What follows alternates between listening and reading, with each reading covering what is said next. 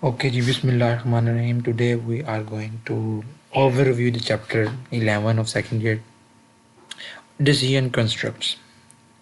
इस चैप्टर में हमने अपने प्रोग्राम को कंट्रोल स्ट्रक्चर्स में इस तरह ढालना है कि हम उसकी जो एग्जीक्यूशन है उसको कंट्रोल कर सकें। या कोई कोई जी स्टेटमेंट्स हैं, हम अगर उसको एक गिवन क्राइटेरिया देकर चेक कर सकते हैं कि वेदर दे आर ट्रू और फॉल्स, उसी बुनियाद पर वो स्टेटमेंट्स अमल में लाएंगी। ये सारा कंट्रोल स्ट्रक्चर्स के बारे में लिखा हुआ है। आज तक जो हम पढ़ते आए हैं वो एक सीक्वेंस जो कि हम सारी की सारी स्टेटमेंट्स लिखते हैं और वो सारी की सारी स्टेटमेंट्स रीअकर हो जाती हैं। आज हमने ये वाला इसके अलावा एक और फ़्लो पढ़ना है जो आज तक हम पढ़ते आए हैं, जिस फ़्लो को वो है सिक्वेंशियल फ़्लो। ओके जी, आज हमने जो बात करनी है ओवरव्यू लेना है। सबसे पहले जी इफ़ स्टेटमेंट आती है। इफ़ स्टेटमेंट में हम कंट्रोल कर सकते हैं किसी भी गिवन स्टेटमेंट्स को एक कंडीशन के तौर पर कि एक एक्सप्रेशन देंगे, अगर वो ट्रू होगा तो स्टेटमेंट्स चलेंगी, फॉल्स होगा तो कुछ भी नहीं होगा। क्लियर। इसी तरह आपकी बुक में नेक्स्ट है if else statement. If else statement में भी सेम यही है कि अगर एक कंडीशन ट्रू होगी तो स्टेटमेंट चलेगी, अगर फॉल्स होगी तो फॉल्स में भी हम उसके एल्स में उसकी कुछ स्टेटमेंट्स लिख देते हैं। ट्रू में ये वाली स्टेटमेंट्स चल जाएंगी और अगर फॉल्स होगी तो उसकी स्टेटमेंट्स हम एल्स में लिखेंगे, वो एल्स में चलेंगी। फॉर एग्जांपल आपकी बुक में देखो, ये उन्होंने एक फंक्शन बनाया हुआ है। इफ़ एक कंडीशन दिया कि अगर x is greater than equal to 0 है तो ये अगर ये फॉल्स है, मतलब इसका जो आंसर है कंडीशन चेक होगी और इसका आंसर ट्रू आ गया तो ये सारी सारी स्टेटमेंट्स चल जाएंगी। ऑन द अदर हैंड अगर इसकी कंडीशन चेक हुई और इसका आंसर फॉल्स आ गया तो ये कंडीशन पास आउट हो जाएगी एल्स पर और एल्स चलेगा। क्लियर। इसको हम ज़रा थोड़ा सा प्रैक्टिकल वाइज चेक कर लेते हैं। सबसे पहले मैंने कहा था जी आपको जब भी हमने प्रोग्राम लिखना है तो हमें इंक्लूड करना पड़ता है स्टैंडर्ड आउटपुट इनपुट और आउटपुट फाइल। मैं इंक्लूड करने लगा stdio.h हेडर फाइल। क्लियर। उसके बाद हमने क्या करना है, हमने एक फंक्शन बनाना है जो कि रिटर्न टाइप है उसकी 0 और इंटीजर उसका नाम क्या है, मेन फंक्शन है, और वो रिटर्न भी क्या कर रहा है, कोई आर्गूमेंट टेक नहीं कर रहा। क्लियर। ये सारी बातें हैं हमारे पास। क्लियर। ओके जी, सबसे पहले हमारे पास एक फंक्शन था प्रिंट एफ का। प्रिंट एफ मैं कोई भी चीज़ प्रिंट करवाने के लिए यूज़ करता हूँ। इसको इन्वर्टेड कॉमास में लिखना है जो भी मैंने प्रिंट करना है। लेट्स सी कि मैंने हेलो वर्ल्ड प्रिंट करना है। लास्ट पर स्टेटमेंट टर्मिनेटर डालना नहीं भूलना। एग्जीक्यूट करते हैं तो ये जो पूरा जो हमारे पास फंक्शन हमने लिखा है उसमें जो हेलो वर्ल्ड है ना वो प्रिंट आउट हो जाएगा। ओके जी, नाउ अब हमने इफ़ स्टेटमेंट को चेक करना है। आपकी बुक में जो मिसाल दी हुई है, लेट्स सी कि आपकी बुक में कहा हुआ है कि जी आपने 3 ऐसे नंबर्स लेने हैं ABC और उसको चेक करना है कि जी आप क्या वेदर कौन सा सबसे लार्जेस्ट है या बिगेस्ट है।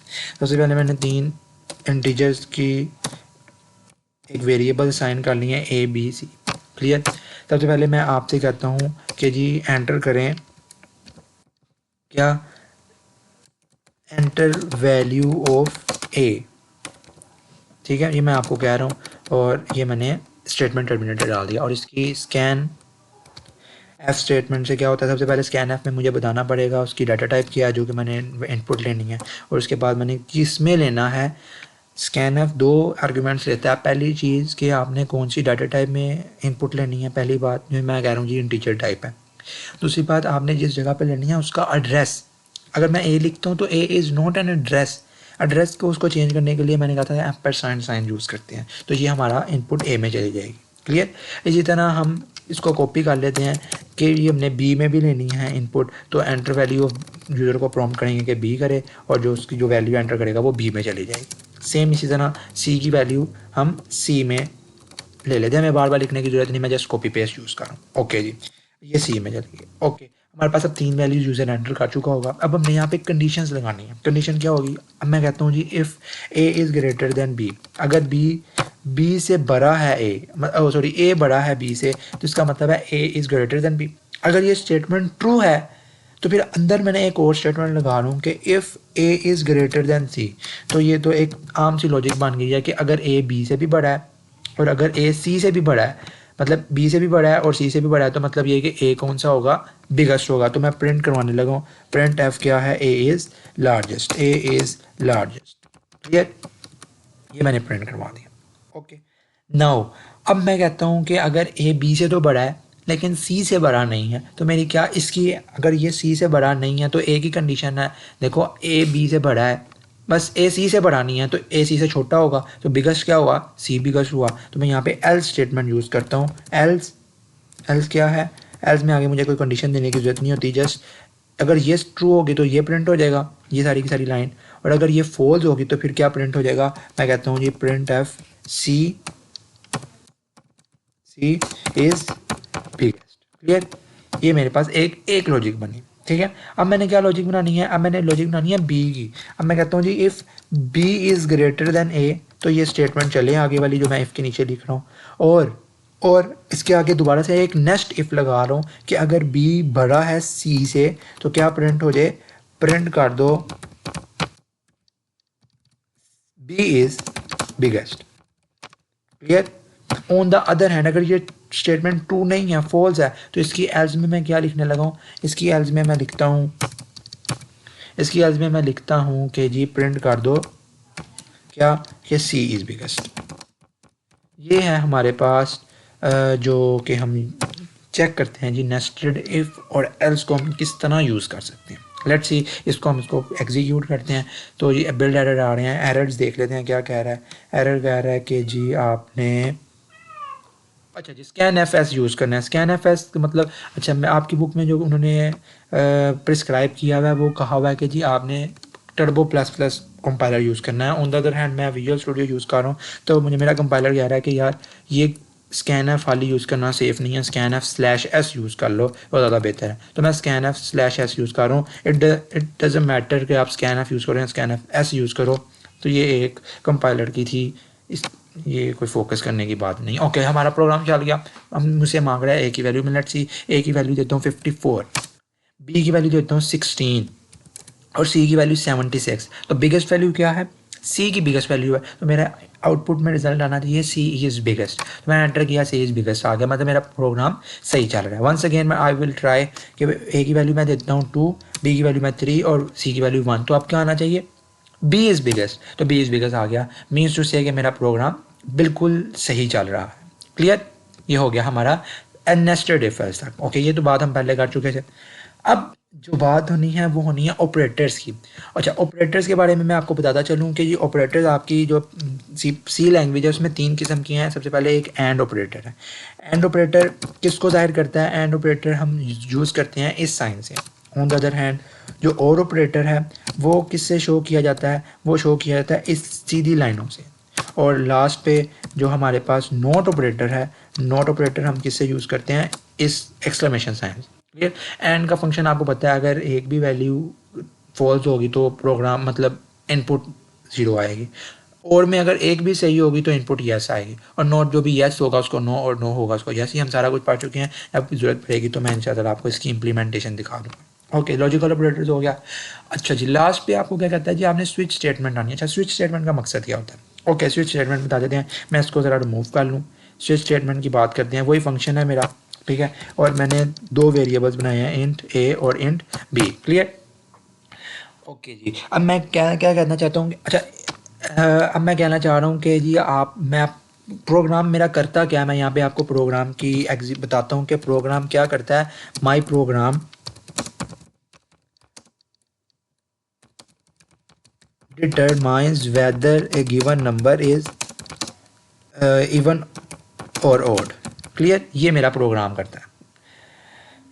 ओके जी, अच्छा मैंने अब 2 वेरिएबल्स बना लिए, एक ए है और एक बी है। सबसे पहले मैं यूज़र को प्रॉम्प्ट करूँगा कि जी एंटर करें क्या, enter value, enter any integer जो कि आप चेक करना चाहते हैं जी कि इवन है कि ओड है। क्लियर, उसको मैं इनपुट ले लेता हूँ। मेरा कंपाइलर स्कैन एफ एस कहता है तो मैं स्कैन एफ एस यूज़ कर रहा हूँ, और मैं उसको सबसे पहले बताऊँगा जी मेरी जो डाटा टाइप है वो इंटीजर है, ठीक है, और उसके बाद किस में लेना है, मैंने ए में लेना। मैं ए में इनपुट आ गई जो भी आपने एंटर किया होगा। क्लियर। अब मैं बी में क्या सेव करने लगूँ, बड़ी ध्यान से समझ रहा। मेरे प्रोग्राम की लॉजिक होगी कि मैं ए को डिवाइड करूँगा 2 पे और चेक करूँगा उसका रिमाइंडर क्या है। अगर रिमाइंडर आ गया 0 तो मैं कहूँगा जी ये क्या है, इवन नंबर है। ऑन द अदर हैंड 1 आ गया तो ऑड नंबर है, ठीक है।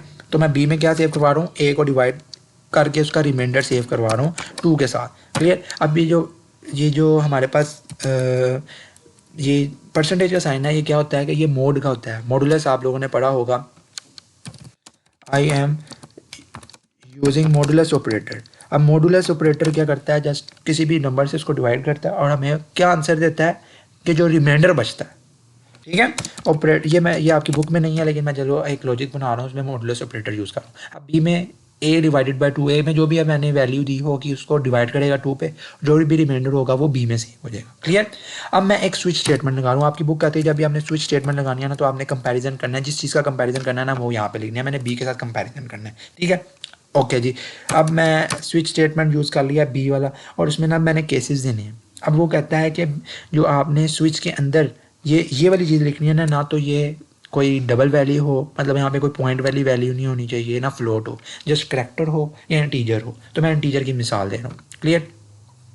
ओके, नेक्स्ट बात क्या है, एक और बात कि जब भी आपने इसके अंदर जो है ना केसेस बताने हैं कि केस 1 में ये हो, केस 2 में ये हो, केस 3 में ये हो, तो आप क्या बताओगे सबसे पहले केस 0। केस 0 क्या होता है, केस 0 होता है कि मतलब जब भी आंसर 0 आएगा तो आपने क्या काम करना है। मैं आपको बुक से भी दिखा देता हूँ कि जी ये उसकी एक्सप्रेशन लिखना पड़ता है, और यहाँ पे मुझे मुख्तलिफ केसेस लिखने पड़ते हैं।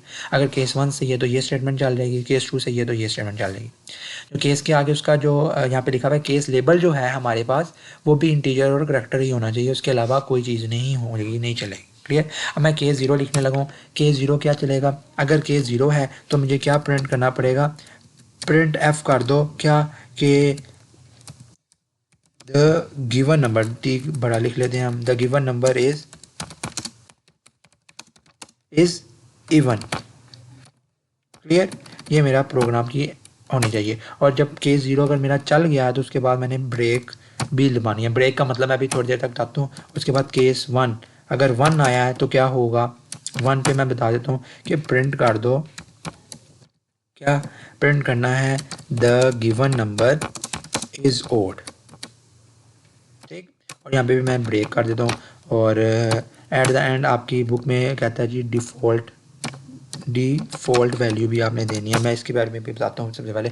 अच्छा, डिफ़ॉल्ट वैल्यू में मैं क्या करूँगा, प्रिंट करवा दूँगा कि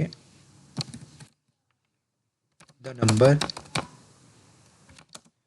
you have given is not an integer. ठीक है, ओके जी। ये मेरा प्रोग्राम बन गया। और अब मैं इसकी थोड़ी सी लॉजिक बता दूँ। केस 0 ये इस वाली में, इसमें जो भी आंसर होगा ना इसके साथ कंपैरिजन होगा किसका, इस वाली वैल्यू के साथ। बी का कंपैरिजन होगा इस वाली वैल्यू के साथ। अगर ये वाली वैल्यू इसके बराबर है तो ये स्टेटमेंट चल जाएंगी, और अगर ये वाली जो बी की वैल्यू है इसके बराबर होगी तो इससे नेक्स्ट वाली स्टेटमेंट चल जाएंगी। क्लियर। और अगर ये दोनों ही नहीं चल, मतलब दोनों ही के बराबर नहीं होंगी, तो फिर ये डिफ़ॉल्ट वैल्यू चल जाएगी कि जी कुछ भी तुमने जो एंटर किया ना वो गलत है। क्लियर। ब्रेक का मकसद क्या है, अगर मेरा केस 0 चल गया है इसका मतलब इसके बाद ब्रेक लगा दो, इसका मतलब आगे कोई भी चीज़ चेक ना करो, हमारा जो एक केस है चल गया है उसके बाद हमें चेक करने की ज़रूरत नहीं है। ये था हमारा स्विच स्टेटमेंट। ओके, मैं इसको चला के देखता हूँ। क्लियर। चला के मैं देखता हूँ कि जी मेरी कौन सी स्टेटमेंट चलती है। जी एरर आ रहा है, एरर को मैं चेक कर लेता हूँ। यहाँ पे स्कैन एफ में एरर आ रहा है। स्कैन एफ में हमेशा याद रखना कि हमने वेरिएबल का नाम नहीं भेजना बल्कि वेरिएबल का एड्रेस भेजना, तो एड्रेस मैंने भेज दिया। अब मैं चलाता हूँ। इंटीजर मुझसे पूछता है कोई भी इंटीजर आप एंटर करें, तो मैं 98 एंटर करूँ which is N even number, तो इवन स्टेटमेंट चलनी चाहिए। तो the given number is even, ये चल गया। क्लियर। अच्छा, मैं चलो एक करैक्टर दे देता हूँ विच इज़ ए। अब देखते हैं क्या चलता है। अभी दोबारा से इवन ही चल रहा है, तो इसमें हमारा थोड़ी सी मसला चलेगा, क्योंकि हम जब उसको डिवाइड करेंगे तो उसका आस्की कोड डिवाइड कर देगा। ठीक है, तो इसको अभी हम अगर ना ही देखें तो बेहतर है, इसको हम ना ही देखें। चलो और नंबर दे के देखते हैं, तो करैक्टर का ना ही देखो अभी, क्योंकि करैक्टर जब हम सोए सेव करवाने जाते हैं इंटीजर में तो वो कन्वर्जन हो जाती है, वो जो करैक्टर है उसका आस्की कोड इंटीजर में सेव हो जाता है, तो वो इवन ओड ही बताएगा। ठीक है, एंटर एन इंटीजर मैं 13 एंटर करूँ which is an odd number, तो हमारे पास ओड है, मतलब ये कि हमारा प्रोग्राम सही चल रहा है। डिफ़ॉल्ट वैल्यू इसलिए नहीं चल रही क्योंकि हमने इंटीजर डाटा टाइप बनाई हुई है। अब जब भी मैं ए सेव करवाना चाहता हूँ तो ए की जो आस्की कोड होता है वो होता है 65। ठीक है, तो वो 65 चला जाता है, 65 नहीं सॉरी होता है 98। स्मॉल ए है, स्मॉल ए का 98 होता है। क्लियर, तो वो 98 चला जाता है, तो 98 is an even number. On the other hand अगर मैं बड़ा ए चेक कर लेता हूँ, अगर मैं बड़ा ए एंटर करता हूँ तो फिर भी इवन ही आता है। आई डोंट नो कि करैक्टर हमेशा करैक्टर्स में सेव होता है, अब इंटीजर है तो इंटीजर में सेव होगा। क्लियर। ओके जी, स्विच स्टेटमेंट भी हमारी हो गई। आपकी बुक में उन्होंने क्या लिखा हुआ है, उन्होंने कहा हुआ है कोई करेक्टर इनपुट दो, उन्होंने करेक्टर लिया है गेट करेक्टर इको फंक्शन से। ये देखो गेट करेक्टर इको फंक्शन से उन्होंने ये, अगर हम देखें get character echo function use किया। ये मैंने आपको बताया था कि जी कोई भी फंक्शन अगर हमारे पास आ जाए और अगर हम एंटर ना दबाना चाहें तो get character echo function use करेंगे। उसके बाद उसने किसका कंपैरिजन किया है, सी एच का, मतलब करेक्टर का जो भी उसने एंटर किया होगा।